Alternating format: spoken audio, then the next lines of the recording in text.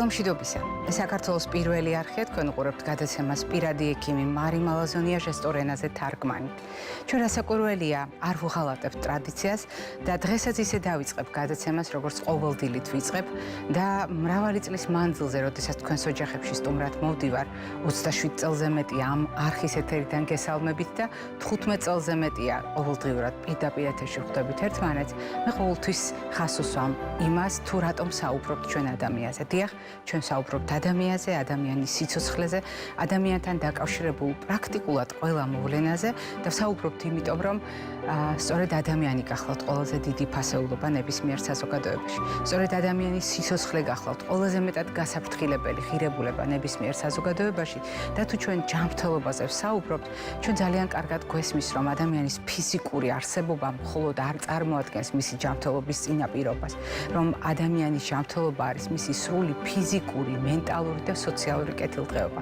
ამიტომ ძალიან ხშირად ვამბობ ხოლმე, თუ ჩვენ ფიქრები გვაშფოთებს, თუ ჩვენ ერთმანეთთან ურთიერთობა, კომუნიკაცია გვაქვს დარღვეული, ეს იმას ნიშნავს, რომ ჩვენი მენტალური და სოციალური ჯანმრთელობა არის ძალიან დიდი საფრთხის ქვეშ, რაც თავისთავად ჩვენს ფიზიკურ არსებობასაც უქმნის საფრთხეს. ჩვენი ყოველდღიური ცხოვრება ამაში მხოლოდ გვარწმუნებს, მიუხედავად იმისა, რომელ ეპოქაში ვართ და რომელ განზომილებაში ვიმყოფებით. და როდესაც საუბრობთ, ცვლის თუ არა ადამიანის შესახებ წარმოდგენებს, მაგალითად, ერთი ადამიანის დამოკიდებულება საკითხის მიმართ. რა თქმა უნდა ცვლის, იმიტომ რომ ადამიანზე ჩვენ საუბრობთ მიუხედავად მისი ასაკისა, სქესისა, ეთნიკური კუთვნილებისა, რელიგიური მრწამსისა და პოლიტიკური შეხედულებისა, მიუხედავად ადამიანის სოციალურ-ეკონომიკური სტატუსისა და რა თქმა უნდა მიუხედავად დიაგნოზისა. და თუ ჩვენ სწორედ ადამიანის სიცოცხლის ფასეულობაზე ვსაუბრობთ, ერთ ადამიანს შეუძლია შეცვალოს. ხშირად ვამბობთ, რომ ადამიანი ყოველთვის შეიძლება შევცვალოთ. არა, არიან ადამიანები, რომლებიც ცვლიან ცხოვრებას. გასულმა კვირამ და ქალბატონი გულიკო ჩაბიცის გარდაცვალებამ ძალიან კარგად გაგვახსენა ეს ისტორია, როგორ შეიძლება ერთმა ადამიანმა შეცვალოს დარგის განვითარება და როგორ შეიძლება ერთმა ადამიანმა შექმნას აბსოლუტურად სხვა რეალობა არაერთი თაობისთვის და მთელი ქვეყნისთვის. და როდესაც ადამიანებზე ვსაუბრობთ, მე მინდა გაგახსენოთ ქალბატონის ისტორია, რომელიც არ არის ჩვენთვის ასე ფართოდ ცნობილი, მაგრამ ამ ადამიანმა მოახერხა და შეცვალა კაცობრიობის დამოკიდებულება ერთი კონკრეტული დიაგნოზის მიმართ. ეს ქალბატონი გახლდათ მერი ვაისი. თითქოს ნაკლებად ნაცნობი სახელი და გვარი, მაგრამ ქალბატონი, რომელსაც 3 არაჩვეულებრივი ვაჟი ჰყავდა. სწორედ ამ 3 ვაჟის ისტორია აღმოჩნდა ბიძგი მისთვის, რომ დაეწყო სხვა ბავშვებზე ზრუნვა. ახლა თქვენ ფოტოზე ხედავთ სწორედ მის შვილებს, ვაისებს, მათ ასე მოიხსენიებენ ხოლმე ძმები ვაისები, უფროსი გახლავთ არტური, შუათანა გახლავთ რიჩარდი, რომელსაც რიკის სახელით იცნობს მთელი მსოფლიო და ამ ისტორიას სწორედ რიკის ისტორია ჰქვია და ენტონი. ამ სურათზე ისინი არიან 7, 5 წლის და 16 თვის. შესაბამისად თქვენ, როდესაც ამ სურათში ავლებს თვალს, აუცილებლად იფიქრებთ, რომ ეს არის 3 ძალიან ბედნიერი ჯანმრთელი ბავშვი და სწორედ ამ ბავშვების დიაგნოზი აღმოჩნდა წინაპირობა იმისა, რომ ქალბატონი მერი ვაისი გაუთავებლად საკუთარ შვილებზე და სხვის შვილებზე ზრუნვით უამრავ ფონდს, უამრავ ორგანიზაციას მთელი დღის განმავლობაში ტელეფონით უკავშირდებოდა და დახმარებას თხოვდა. და მაშინ შუათანა რიკი, ანუ რიჩარდ ვაისი იყო მხოლოდ 4 წლის. ეს იყო 1965 წელს და ის ჩუმად უსმენდა დედას, რას თხოვდა იმ ადამიანებს, ვისაც ტელეფონზე ურეკავდა. და როდესაც დააკვირდა, რას ამბობდა დედა, მივიდა და უთხრა, რომ მე ვიცი შენ რატომაც ზრუნავ და მე მოგცემ იმას, რაც შენ გჭირდება. მე გავიზრდები და გავაკეთებ იმას, რაც შენ გჭირდება. რა სჭირდებოდა მერი ვაის? ის გაუთავებლად მეორებდა სიტყვებს, რომელიც დღეს ჩვენთვის კამპანიის საფუძველია. დიახ, ამ დღიდან 1965 წლის ამ მომენტიდან ვარდი გახდა ამ დაავადების სიმბოლო, ცისტური ფიბროზის სიმბოლო და რატომ? იმიტომ რომ ქალბატონი მერი ვაისი ყოველს დახმარებისათვის საუბარში ახსენებდა დიაგნოზს ინგლისურად უნდა გითხრათ აუცილებლად, იმიტომ რომ აი ამ კავშირს სწორედ ინგლისური გამოთქმა დაგვანახებს. ის გაუთავებლად იმეორებდა cystic fibrosis და პატარა რიკისათვის გაუგებარი იყო.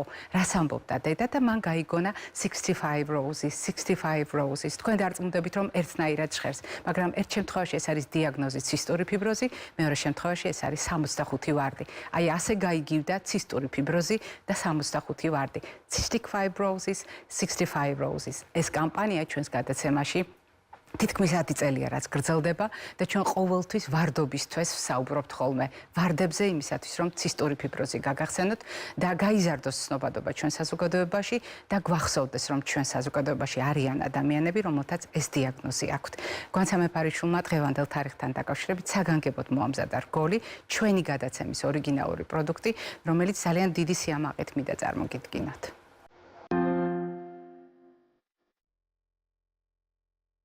1965 წელს 4 წლის რიჩარდ ვაისმა საკუთარი დაავადების სახელი გამოთქვა, როგორც 65 ვარდი. მას შემდეგ ვარდი იქცა სოლიდარობის სიმბოლოდ იმ ადამიანების მიმართ, ვისაც ცისტური ფიბროზი აქვს.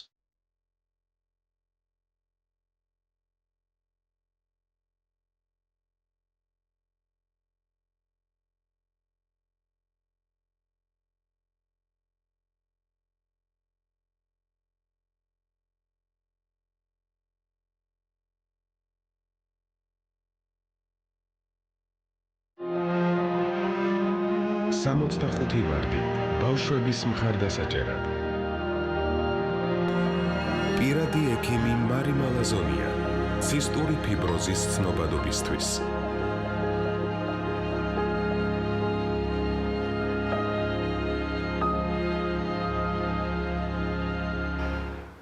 კოლეგები, რომლებიც დღეს უნდა შემოგზადდნენ ჩვენთან სტუდიაში, მთელი თავიანთი პრაქტიკული საქმიანობით ადასტურებენ, რომ ცისტური ფიბროზის მართვა შეიძლება.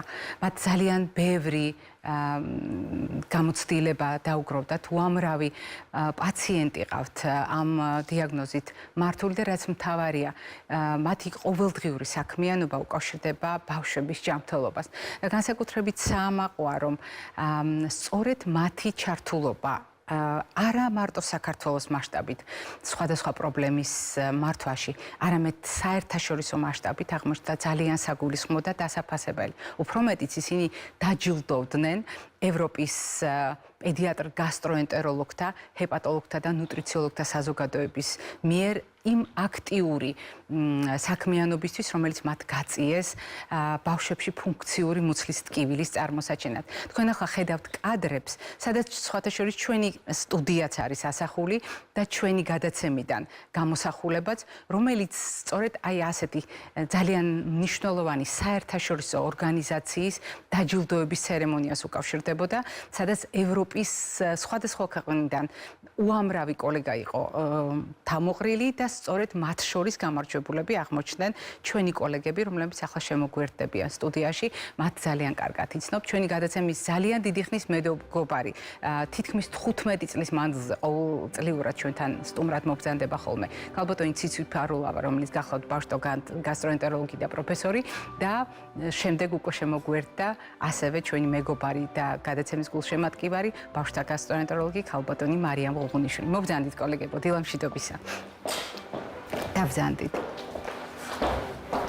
თქვენ დაამტკიცეთ, რომ ჩვენ ნამდვილად ევროპული ხედვით ვიმსახურებთ იმას, რომ ევროპული სამედიცინო საზოგადოებისაგან მივიღოთ ჯილდოები, თუნდაც იმიტომ, რომ არაფრით ჩამოვრჩებით ამათ იმ საკითხის მართვაში, ჩვენს ევროპელ კოლეგებს და ჩვენ ერთნაირ ენაზე ვსაუბრობთ, სამეცნიერო ენა მაქვს მხედველობაში და ცოდნა მაქვს მხედველობაში. ფუნქციური მუცლის ტკივილი იყო ის კამპანია, რომელზედაც თქვენ ძალიან დიდი მონდომებით იმუშავეთ და საზოგადოების გასაგონად ისაუბრეთ ამ თემებზე, მაგრამ დღეს ჩვენ გვაქვს რამდენიმე ამოცანა, ჩვენ აუცილებლად უნდა მოვახერხოთ და დღეს ერთმანეთს დაუკავშიროთ შფოთვა, სტრესი და მუცლის ტკივილი და რა კავშირი აქვს ამ ყველაფერს ფუნქციურ მუცლის ტკივილთან. ქალბატონო ციცი. მოგესალმები, მარი. მიხარია თქვენ სტუდიაში ისევ ყოფნა. მოდი დავიწყოთ ასე. ზოგადად მუცლის ტკივილი. ეს არის მთავარი ჩივილი, რომლის გამოც პაციენტი მოდის გასტროენტეროლოგთან და პედიატრთანაც. ამიტომ ცალკე მცნება არსებობს მორეციდივე მუცლის ტკივილი. რა შემთხვევაში შეიძლება დავარქვათ მორეციდივე, ანუ ხშირი მუცლის ტკივილი. თუ მინიმუმ 2 თვის განმავლობაში პაციენტს აქვს აი ესეთი პერიოდული გახანგრძლივებული მუცლის ტკივილის ეპიზოდები, რომელსაც შეიძლება ახდეს სხვა სიმპტომებიც, მაგალითად, გულისრევის შეგრძნება, ბოყინი, შებერილობის შეგრძნება, უმადობა, ხასიათის გუნება-განწყობის ცვლილებები. ასეთ შემთხვევაში გასტროენტეროლოგი და პედიატრიც დგება დილემის წინაშე, რა არის ეს? ორგანული პათოლოგია თუ ფუნქციური დაავადება? რას ნიშნავს? არაერთხელ გვილაპარაკია ჩვენ ამაზე, მაგრამ რომ შევახსენოთ, ორგანული დაავადება ნიშნავს, რომ რომელიღაცა კუჭ-ნაწლავის ტრაქტის რომელიღაცა ორგანოში მიდის ან ანთებითი, ან სტრუქტურული, ან მეტაბოლური, ან ღმერთმა დაგვეფაროს ონკოლოგიური პრობლემები. მაგრამ უმეტეს შემთხვევაში თითქმის 90%-ში მუცლის ტკივილის მიზეზი არ არის ორგანული დაავადება, ეს არის ფუნქციური დარღვევა. მოდით ბარემ ახალ დეფინიციას ვიტყვი, რას ნიშნავს ფუნქციური დარღვევა. ეს არის კუჭ-ნაწლავის ტრაქტის მხრივ ჩივილების გარკვეული კომბინაცია, რომლის მიზეზის დადგენა ობიექტური მარკერებით ვერ ხერხდება. უფრო მარტივად რომ თქვა და გასაგებად.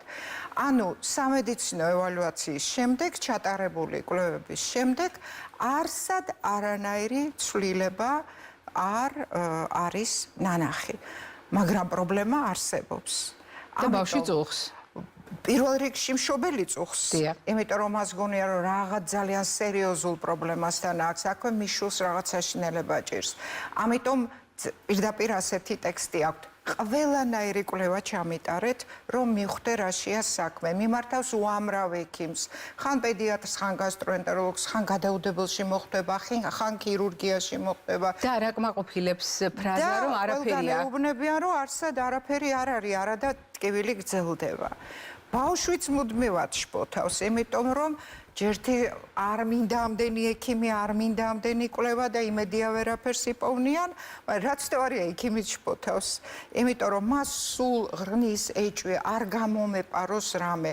ეს ბავშვი არ გავს რომ რაღაც სერიოზულად დაავადებული იყოს, არ იყოს რამე ისეთი, რასაც მე ვერ ვამჩნევ. ამიტომ ეს არის აი ესეთი მუდმივი დილემა. ძალიან გაფაციცდა და გაძლიერდა ყურადღება აი ამ ფუნქციური დარღვევების მიმართ, განსაკუთრებით ბოლო 2-3 დეკადის განმავლობაში, იმიტომ სწორედ რომ მივხვდით, რომ ეს არის ძალიან ხშირი პრობლემა, მივხვდით, რომ მე მგონი დინამიკაში, ცხოვრების რეჟიმიდან და კვებიდან გამომდინარე ეს პრობლემა კიდევ და კიდევ უფრო აქტუალური ხდება. რაც თავარი ეს არის პირდაპირი დატვირთვა ოჯახის ბიუჯეტზე, ჯანდაცვის ხარჯებზე და ეს არის მიზეზი მედიკამენტების ჭარბად გამოყენების. სწორედ ამიტომ წამოწყებული იყო ეს კამპანია აი ამ ბავშვთა გასტროენტეროლოგების, ევროპის ბავშვთა გასტროენტეროლოგების, ნუტრიციოლოგების და ჰეპატოლოგების საზოგადოების მიერ, რომელშიც გვერგო პატივი საპილოტე სამ ქვეყანაში ჩვენც მოხვედრილი ყავით. როდესაც ჩვენ საუბრობთ გარემოზე, როდესაც ჩვენ საუბრობთ გარემო ფაქტორებზე, ჩვენ ვითვალისწინებთ იმასაც, რომ ბავშვისათვის მთავარი გზამკვლევი სამყაროში არის მშობელი. უფროსი თაობა შფოთავს. ჩვენ არ გველება საბავი, რის გამოც შეიძლება შფოთავდეს. და აღმოჩნდა, რომ ეს შფოთვა უკვალოდ არ ჩაივლის ბავშვისათვის და ნაწლავი, რომელიც არის სახელმწიფოში, როგორც წლების მანძილზე ამას მე ვიმეორებ ხოლმე და რომელსაც აქვს თავისი დამოუკიდებელი ნერვული სისტემა და ხშირად თავის ჭკუაზეც გვატარებს, ძალიან მნიშვნელოვანია ასეთ დროს დავინახოთ სწორედ მისი როლი. ბავშვისათვის ფუნქციური შეიძლება იყოს თუ არა ტკივილი, მაგალითად, როდესაც საერთოდ ატმოსფერო არის შფოთვით ახსავსე, მშობელი ღელავს, ყველა სტრესი აქვს და ბავშვსაც აქვს უნებურად შფოთვა და სტრესი. შეიძლება თუ არა შფოთვის და სტრესის პასუხად ბავშვს ჰქონდეს ფუნქციური მუცლის ტკივილი, რომელიც ძალიან შემაწუხებელია, იმიტომ რომ ქალბატონმა ციციმ ძალიან ხატოვნად აღწერა, რას განიცდის ამ დროს მშობელი და როგორი თავსატეხი შეიძლება იყოს აი აქ დიაგნოსტიკური ძიება. მოგესალმებით კიდევ ერთხელ. რა თქმა უნდა, შფოთვა და გარემოში მიმდინარე ცვლილებები ბავშვზეც ძალიან დიდ გავლენას ახდენს. თქვენც და ქალბატონმა ციციმაც ძალიან კარგად ახსენით, რომ ნაწლავი ძალიან დიდია. შესაბამისად, დიდი ფუნქციაც აქვს და დიდი უნარებიც აქვს.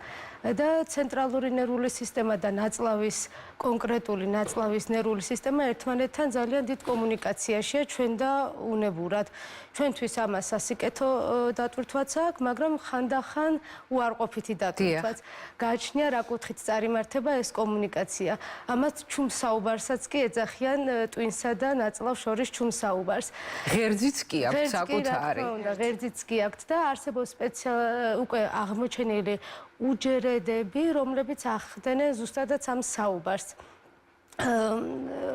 გარემოზე ბავშვის რეაგირება ძალიან ინდივიდუალურია და ყველა თავის ემოციას და შფოთვას სხვადასხვანაირად გამოხატავს. ზოგი ტკივილის სახით, ზოგი სხვა ქმედებების სახით.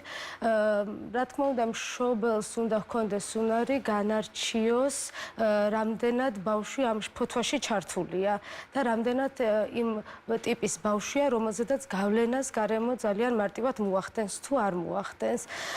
ხშირ შემთხვევაში აი ქალბატონმა ციციმ ძალიან კარგად თქვა, რომ ექიმებიც ვდარდობთ, რომ რამე არ გამოგვეპაროს და ძალიან გულდასმით უსმენთ ხოლმე მშობელს, რომელიც პირველი მომტანია ინფორმაციის და ანამნეზის. და ხშირ შემთხვევაში ბავშვსაც ძალიან ბევრის გადმოცემა შეუძლია. სიტყვიერი იქნება ეს გადმოცემა თუ ქცევითი, ექიმიც ხანდახან ბავშვის ქცევიდან გამომდინარე ხვდება თუ რამდენად შფოთვის ქვეშ არის ბავშვი და ტკივილის სიმძიმეც შეიძლება ამასთან დაკავშირებული. ქალბატონო ციცი, თქვენ ძალიან ლოგიკურად მიგუყვანეთ ფუნქციურ ტკივილთან, რომელიც თანამედროვე საზოგადოებისათვის არის სამედიცინო საზოგადოებისათვის არის ძალიან აქტუალური პრობლემა, იმიტომ რომ თქვენ თავად ბრძანეთ ბოლო 10 წლეულების განმავლობაში დადასტურდა, რომ უამრავი ბავშვისთვის ეს არის სერიოზული დისკომფორტის საფუძველი, აღარაფერს ვამბობ კოლეგებისათვის და თქვათ მშობლებისათვის როგორი თავსატეხია, მაგრამ ფუნქციური ტკივილია, რაზედაც ახლა ჩვენ საუბრობთ. ანუ ბავშვს ნაწლავში ვერაფერს უპოვით დაზიანების სახით, არც კუჭ-ნაწლავის ტრაქტის ესე თუ ის გამოკვლევა ან ანალიზი გვაჩვენებს რაიმე პათოლოგიას. არა და ღელავს მშობელი, ბავშვიც უნებურად შფოთავს, ყველას აქვს რაღაცნაირად სტრესული, ასე ვთქვათ, სტრესული ფაქტორები და ეს გადაეცემა ბავშვს, რაც ბავშვის მხრიდან ვლინდება პასუხით ტკივა მუცელი. და როდესაც ფუნქციურ ტკივილზე ვსაუბრობთ, ფუნქციურ ტკივილში მარტო ეს მდგომარეობა იგულისხმება თუ რა არის ამ ქოლგის ქვეშ გაერთიანებული? დღეს რას გულისხმობთ ფუნქციური მუცლის ტკივილის ქვეშ? ფუნქციური მუცლის ტკივილებზე საზოგადოება, სამედიცინო საზოგადოება სადღაც 99 წლიდან იწყებს ლაპარაკს და მუშაობას. უბრალოდ სერიოზულობა რო დაგანახოთ, რომის პროცესის სახით არის ეს ცნობილი, დაახლოებით ყოველ 7 წელიწადში იკრიბებიან მეცნიერებიც და კლინიცისტებიც და ხდება აი ამ ფუნქციური დარღვევების დიაგნოსტიკური კრიტერიუმების სრულყოფა. აი ბოლო 2016 წლის რომი 4 კრიტერიუმების მიხედვით ბავშვთა, იმიტომ რომ დიდების ცალკეა დაავადებები, ბავშვთა ასაკის დაავადებებში 3 მიმართულება არის გამოყოფილი. ერთი ჯგუფი ფუნქციური დარღვევების, რომელიც უპირატესად გულისრევაღებინებით მიდის, მეორე, რომელიც დეფეკაციის სიხშირის ცვლილებებით მიდის და მესამე დიდი ჯგუფი, რომელიც მუცლის ტკივილით მიდის. აი ამ მუცლის ტკივილში 4 მდგომარეობა გაერთიანებული და თითოეულს აქვს თავის დიაგნოსტიკური კრიტერიუმი. ეს არის დისპეპსია, სადაც ჭარბობს უფრო კუჭის მიდამოსჩივილები, ბოყინი, გულისრევა და ასე შემდეგ. ეს არის გაღიზიანებული ნაწლავის სინდრომი, სადაც დეფეკაციის სიხშირეს უცვალებადობს. ეს არის აბდომინური შაკიკი და ეს არის შაკიკის ერთ-ერთი ვარიანტი ბავშვთა ასაკში, რომელიც ხშირად ცხადია, გულისხმობს შემაწუხებელ მუცლის შემაწუხებელი, აუხსნელი, ერთდაიგივე სახით გამოვლენილი, ერთდაიგივე პერიოდულობით გამოვლენილი ძლიერი ტკივილი და მეოთხე ეს არის ფუნქციური აბდომინური სინდრომი, რომელიც ძალიან შემაწუხებელია, მაგრამ ამ დაავადებებთან, აი ამ წინა მდგომარეობებთან შედარებით, შეიძლება ითქვას ცოტა უფრო მსუბუქად ვლინდება. და როგორ ვლინდება? კრიტერიუმი დღესდღეობით ასე გამოიყურება. მინიმუმ 2 თვის განმავლობაში, მინიმუმ 4 ეპიზოდი თვეში, მუცლის ტკივილი, გახანგრძლივებული მორეციდივე, რომელიც არ აიხსნება, არ უკავშირდება ფიზიოლოგიურ სტიმულებს, ანუ არც საკვების მიღება, არც დეფეკაციას, არც მოზარდი გოგონებში მენზის და არ აიხსნება სამედიცინო ევალუაციის შედეგად მიღებული შედეგებით. ნუ ცოტა შეიძლება ესე გაუგებარია, მაგრამ უბრალოდ ადრე ჩვენ ვიძახოდით, რომ ფუნქციური შეიძლება დავარქვათ მდგომარეობას, თუ გამოვრიცხავთ ყველაფერ ორგანოს, ამიტომ ვატარებდით ძალიან ბევრ კვლევას. ეხლა აი ამ მუშაობის შედეგად ჩვენ უკვე ვიცით, რომ მთელ რიგ კვლევებს აქ აზრი არა აქვს. მთავარია კარგად შეკრიბო ანამნეზი და კარგად მოახდინო აი ამ მუცლის ტკივილის ინტერპრეტაცია. რა მაქვს ხედველობაში ინტერპრეტაციასთან დაკავშირებით? პირველ რიგში სად ტკივა? იმიტომ რომ ნებისმიერი ორგანული დაავადება მაინც უფრო რაღაც ტიპიურ ლოკალიზაციას იძლევა. აი მაგალითად სანაღვლეგზები ვიცით რომ მარჯვენა ბერტქვეშა მიდამოში irradiatsiით უკან. თქვათ იქ კუჭის პრობლემები, პეპტიური დაავადება ცენტრალურ მიდამოში ჭიპის ზევით და irradiatsია ხერხემალში. ამ შემთხვევაში ასეთი მკაცრი მდებარეობა არა აქვს ამ ტკივილს, ძირითადად ბავშვები ხელს იდებენ პირდაპირ ჭიბზე. ანუ ტკივილი არის პერიუმბილიკალური, რომელიც არ უკავშირდება არც საკვებს, არც დეფეკაციას, არაფერს მოკლედ.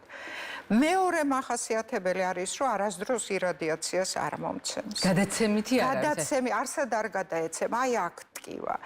მესამე, არასდროს ღამე არ გააღვიძებს და არ შეაწუხებს. ეს ძალიან მნიშვნელოვანია, იმიტომ რომ თუ ღამის სიმპტომატიკა გვაქვს, იქ ფუნქციურზე ლაპარაკი აღარ წერს.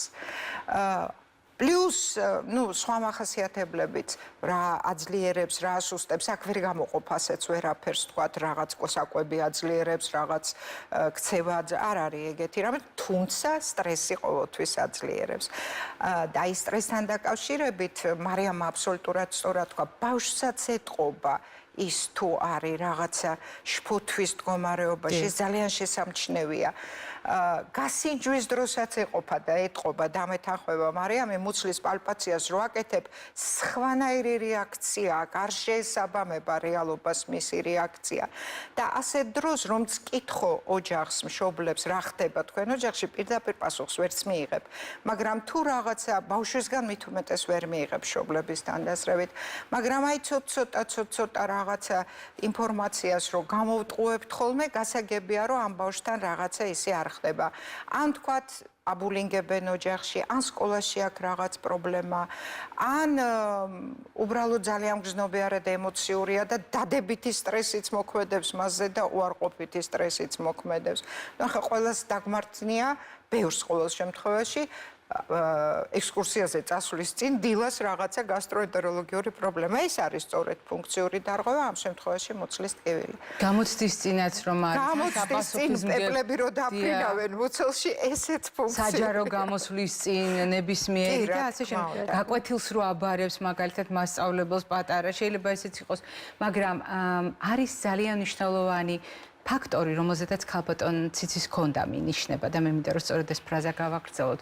მან ძალიან მნიშვნელოვან საკითხს გაუსვა. ხაზი ამინდი როგორია ოჯახში. თუ გავითვალისწინებთ, რომ საზოგადოება ეს არის ცოტა უფრო გაფართოებული მასშტაბის ოჯახი, როგორია ჩვენ საზოგადოებაში ამინდი, ბევრად არის დამოკიდებული ამაზე, როგორ გრძნობენ თავს ჩვენი შვილები.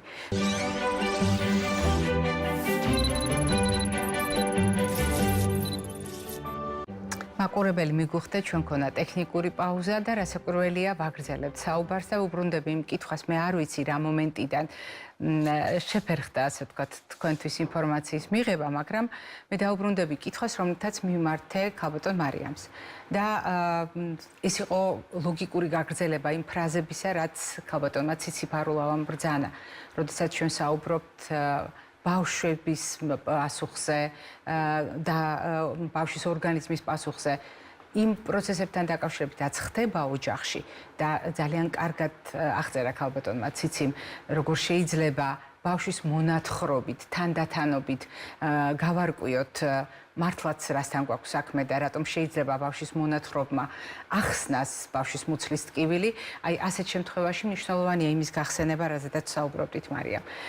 ქალბატონმა ციციმ გითხრა, რომ ამინდი ოჯახში განსაზღვრავს იმას, როგორი შეიძლება იყოს ბავშვის ჯანმრთელობა და რაც მთავარია შფოთვის ხარისხი და მაგალითად მისი მუცლის ტკივილის ინტენსივობა და ამ ტკივილის ხასიათი. მაგრამ მე წეხან სწორედ ამას ვამბობდი და კიდევ ერთხელ გავიმეორებ, რომ თუ წარმოვიდგენთ საზოგადოებას როგორც გაცილებით უფრო დიდი მასშტაბის ოჯახს, მაშინ სრულიად გასაგებია, რომ ამინდი საზოგადოებაში განსაზღვრავს იმას თუ როგორ გრძნობთ თავს თითოეული ჩვენგანი და როგორ გრძნობს თავს პატარა. ხშირად უფროსები ვერც კი ვამჩნევთ, როგორ რეაგირებენ იმდინარე პროცესებზე ბავშვები, იმიტომ რომ თვლით, რომ ისინი პატარები არიან, არ ესმით. ეს არის სხვათა შორის გავრცელებული მიდგომა, რომ არა უშავს ის პატარაა და არ ესმის.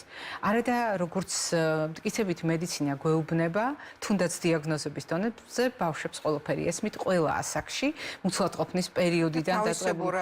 რასაკვირველია. არაობიექტურად და მათ არ შეუძლიათ ახსნან, მათ არ შეუძლიათ გაშიფრონ ეს პროცესები და მით უფრო სწორად შეაფასონ, რაც იმას ნიშნავს, რომ მიმდინარე პროცესები, რომელიც რა თქმა უნდა გვაღელვებს უფროსებს, რა თქმა უნდა ცვლის ჩვენ ქცევას, აღმოჩნდა, რომ შეიძლება იყოს რისკი და წინაპირობა იმისთვის, რომ მაგალითად ბავშვს აუხსნელი მუცლის ტკივილი დაეწყოს.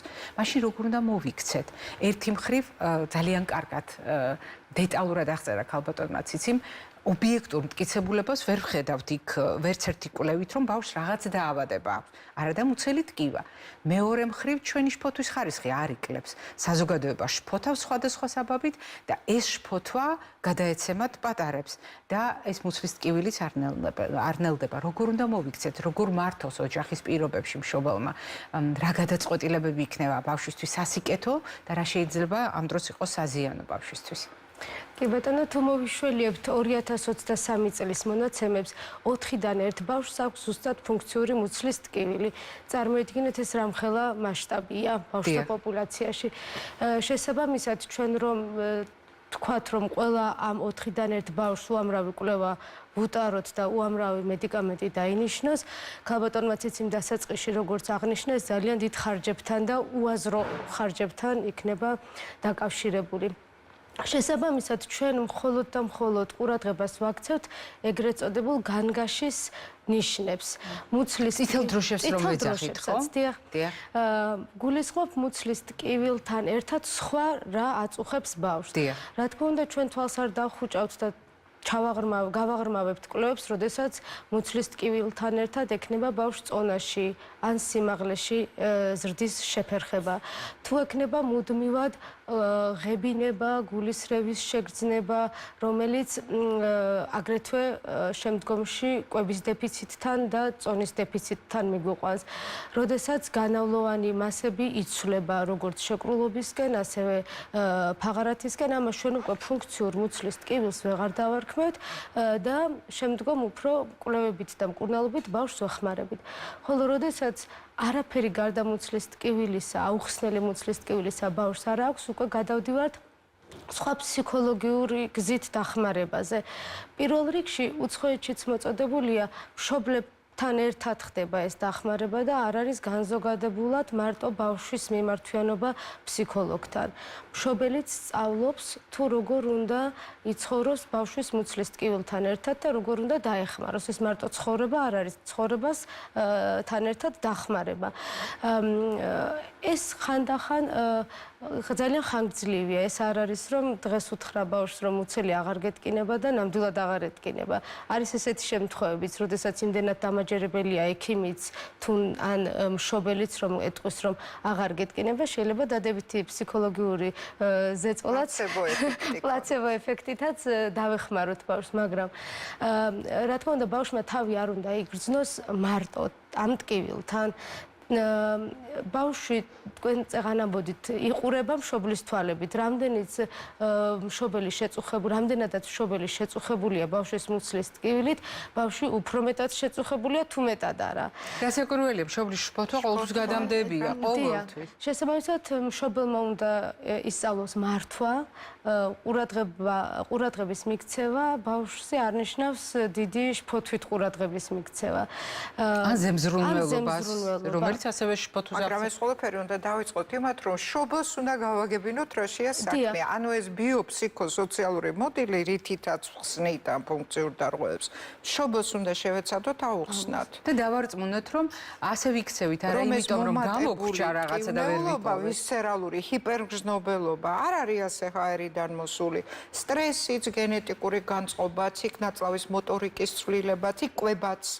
და ეს ყველაფერი ერთად და ეს უნდა აუხსნათ მშობელს, რომ მშობელი დამშვიდდეს და აქედან გამომდინარე ვერე დაგვეხმარება ბავშვის დამშვიდებას. ასეთთან ერთად გადაილახებაო ასეთი კითხვა მშობლის და ყველა ასაკს თავისი შფოთვა აქვს შესაბამისად მე ვერ ვიტყოდი რომ მაინც და მაინც ასაკი არ არის გასაღები. ხო. რა თქმა უნდა, როდესაც ბავშვს უკვე შეუძლია მეტად თავისი შფოთვის გადმოცემა და სხვასთან გაზიარება და ამ შფოთვის დაკმაყოფილება, უფრო შესაბამისად ნაკლები იქნება, მაგრამ ყველა ასაკს თავისი სტრესი აქვს. თავისი საბაბი აქვს შფოთვისთვის და განსაკუთრებით მაშინ, როდესაც საზოგადოება შფოთავს და უფროსები არაერთ საბაბს და მიზეზს ხედავენ შფოთვისთვის, რა თქმა უნდა, ეს არის გადამდები და შეიძლება კიდევ ერთხელ გავიმეორებ, დღეს ჩვენ ამ თემაზე ვსაუბრობთ, იმიტომ რომ ჩვენ ვღელავთ მაგალითად რაღაც საბაბით, შეიძლება ჩვენ თვლით, რომ ჩვენი შვილები პატარები არიან და მათ არაფერი ესმით, სინამდვილეში მათ ყველაფერი ესმით, სხვაგვარად თარგმნიან ამ ყველაფერს და რაც თავარია ამ მოვლენებს პასუხობენ იმით, რომ აქვთ აუხსნელი მუცლის ტკივილი. რასაკვირველია, ჩვენ ამ თემაზე საუბარს გავაგრძელებთ, ჩვენი მეგობრობა და თანამშრომლობა გაგრძელდება. კიდევ ერთხელ გილოცავთ ძალიან დიდ წარმატებას ევროპულ ასპარეზზე და მაყურებელს შევახსენებ, დღევანდელი ჩვენი გადაცემის სტუმრები ბრძანდებოდნენ ბავშვთა გასტროენტეროლოგი პროფესორი ქალბატონი ციცი ფარულავა და ბავშვთა გასტროენტეროლოგი ქალბატონი მარიამ ღუღუნიშვილი. მე ჯერ არ გემშვიდობებით, სულ რამდენიმე წუთი კიდევ გაგრძელდება ჩვენი გადაცემა და ცხადია ტრადიციული კვებით შუქნიშანი.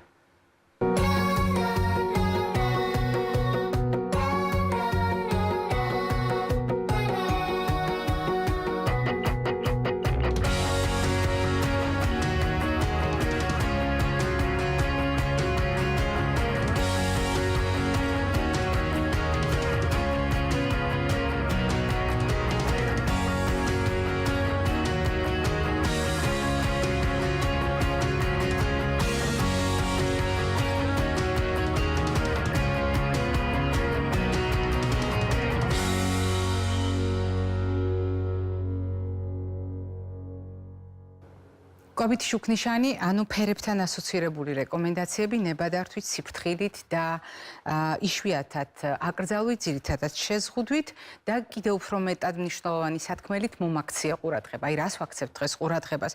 მოდით მე დღევანდელ გადაცემაში ზუსტად ისე მოვიქცევით, როგორც ხშირად წრეს ვკრავთ ხოლმე და დაუბრუნდები იმას, საიდანაც დავიწყეთ გადაცემა. 65 ვარდი, როგორც სიმბოლო სოლიდარობისა ცისტური ფიბროზის შემთხვევაში. ეს არის კამპანია, რომელიც ყოველთვის მაისის თვეში და 24 მაისის სწორედ ამ დღეს ემთხვევა, ეძღვნება ამ დიაგნოზს და დღეს მიუხედავად იმისა, რომ ჩვენი კოლეგები ამ საკითხებზე მუშაობენ ყოველდღიურად, დღეს ამაზე არ უსაუბრიათ. ისინი საუბრობდნენ ამ წუთას მიმდინარე ერთ-ერთ ყველაზე აქტუალურ პრობლემაზე და მე ვისარგებლებ შემთხვევით, როდესაც ცისტურ ფიბროზთან დაკავშირებით კვებით რეკომენდაციებზე იყო საუბარი, როგორც მრავალი სხვა წახნაგი ამ დაავადების აღქმისა, კვებასთან დაკავშირებითაც იყო ხშირ შემთხვევაში უკიდურესად შეზღუდული, გარკვეულწილად ნაკლებად გათავისუფლებული რეკომენდაციები. დღეს ასე არ გახლავთ. ასე არ გახლავთ მრავალი მიზეზის გამო და დავიწყებ იმით, რაც ჩემს წინ არის ახლა, სიფრთხილის ზონით. როგორც ყველა ბავშვის შემთხვევაში, ცისტური ფიბროზის დიაგნოზის მქონე ბავშვისათვისაც აუცილებლად ზოგადი პრინციპები მუშაობს, რომელიც უფრო სასარგებლო და ნაკლებ სასარგებლო საკვებ პროდუქტებს გამოყოფს. ამიტომ ანთების ხელშემწყობი პროდუქტები, პროცესირებული პროდუქტები, ტრანსხიმებით დატვირთული პროდუქტები არავისთვის არის სასარგებლო და ამიტომ არ არის სასარგებლო ცისტური ფიბროზის დროს. არა იმიტომ, რომ ისინი საგანგებოდ გამოვყოთ, შევზღუდოთ უფლებებში და მათ შორის კვებით არჩევანში. არა, ეს პროდუქტები ყველასათვის არის საზიანო და აქ არის ერთი მნიშვნელოვანი მომენტი. მიუხედავად იმისა, რომ ცისტური ფიბროზის დროს ჩვენ გვჭირდება მეტი პასუხისმგებლობით ბავშვის ფიზიკური განვითარება შევაფასოთ, ბავშვის წონა ვაკონტროლოთ, თავისი ასაკობრივი სქემის მიხედვით სიმაღლე და წონა და დავთვალოთ სხეულის მასის ინდექსი. აქ უნდა გავითვალისწინოთ, რომ წონის კონტროლმა და წონის ზრდის საჭიროებამ არ უნდა გვაცდუნოს და ფუჭი კალორიებისკენ არ უნდა წაგვიყვანოს. რატომ ვახსენე ფუჭი კალორიები? იმიტომ რომ დღევანდელ რეკომენდაციებს შორის, თანამედროვე რეკომენდაციებს შორის ცისტური ფიბროზის დროს ჩვენ მიზან მიმართულად კვებას ხდით უფრო კალორიულს. ეს არის ერთი მთავარი პრინციპი, მაგრამ არა ფუჭი კალორიების ხარჯზე. აი ასეთ შემთხვევაში მწვანე ზონაში თქვენ უჩვეულოდ გეჩვენებათ არა მარტო ცხიმი, რომელიც მაგალითად ჩვეულებრივი რაციონალური კვების შემთხვევაში 30%-ს არ უნდა აღემატებოდეს მისით მიღებული კალორიები, ცისტური ფიბროზის შემთხვევაში მიზან მიმართულად ვაპარაკობთ, რომ ეს წილი უნდა იყოს 40% და ზოგჯერ მეტიც. აი ეს არის მეორე თავისებურება. გასათვალისწინებელია, რომ მწვანე ზონაში მოხდა მარილიც და ცოტა უფრო მლაშე, როცა პროდუქტები ჩვენ ყოველთვის ვამბობთ ხოლმე რა რისკები ახლავს ამას, ცისტური ფიბროზის შემთხვევაში მიზან მიმართულად ჩვენ ვზრდით ნატრიუმის შემცველობას და მიზან მიმართულად ვზრდით იმ პროდუქტების ჩართულობას რაციონში, რომელიც ამ კომპონენტს შეიცავს. ვზრდით კალორიულად სასარგებლო მიკრო და მაკრო ელემენტებით დატვირთულ პროდუქტებს, რომელშიც არის კალციუმი, რაც ძალიან მნიშვნელოვანია, მაგნიუმთან და კალიუმთან კომბინაციაში, წყლის ადეკვატური შევსება, მიკრობიომისა და მიკრობიოტას მოწესრიგება, ეს არის უმნიშვნელოვანესი კომპონენტი, რომელიც შეგვიძლია ასევე ერთხელის გულზე დავატიოთ და არ დაგვავიწყდეს ცხიმში ხსნადი ვიტამინები, რომელზე მოთხოვნილებაც ამ დროს მაღალია და შესაბამისად A, D, E, K ვიტამინები, რომელიც პროდუქტებშია დაშიფრული და ქმნის დღიური რაციონის თეფშს. თქვენ გახსოვთ, რას ნიშნავს თეფში დღიური რაციონის ნახევარი, სულ ცოტა ბოსტნეული და ხილია. მეორე რაციონი არის მარცვლეულ-ბურღულეული ცილოვან კომპონენტთან ერთად და რძის ნაწარმის ჩართულობა განსაკუთრებით ცხიმ-მოუხდელი რძის ნაწარმის გამოყენება, მაგალითად D ვიტამინის შემცველი, თევზი იქნება თუ კვერცხი, მაგალითად სხვადასხვა ტიპის მარცვლეულის და ბურღულეულის და მათგან დამზადებული პროდუქტების წახალისება, ცხიმშემცველი ხილი, როგორიც არის ზეთისხილი ან ავოკადო და A ვიტამინის წინამორბედი, მწვანე, ყვითელი ნარინჯისფერი პროდუქტები და K ვიტამინის შემცველი. აქ განსაკუთრებელია აგრეთვე ის კომპონენტებით, რომელიც ურთიერთშეხამებით ქმნის არაუბრალოდ ბევრ ენერგიას, არამედ წონასწორობას მიღებულ და დახარჯულ აუცილებელ საკვებნიუთიერებებს შორის. მოკლედ ეს იყო დღევანდელი ჩვენი რეკომენდაციები. მე ორ შაბათამდე გემშვიდობები, ჯანმრთელობას და ხერხემლობას გისურვებთ.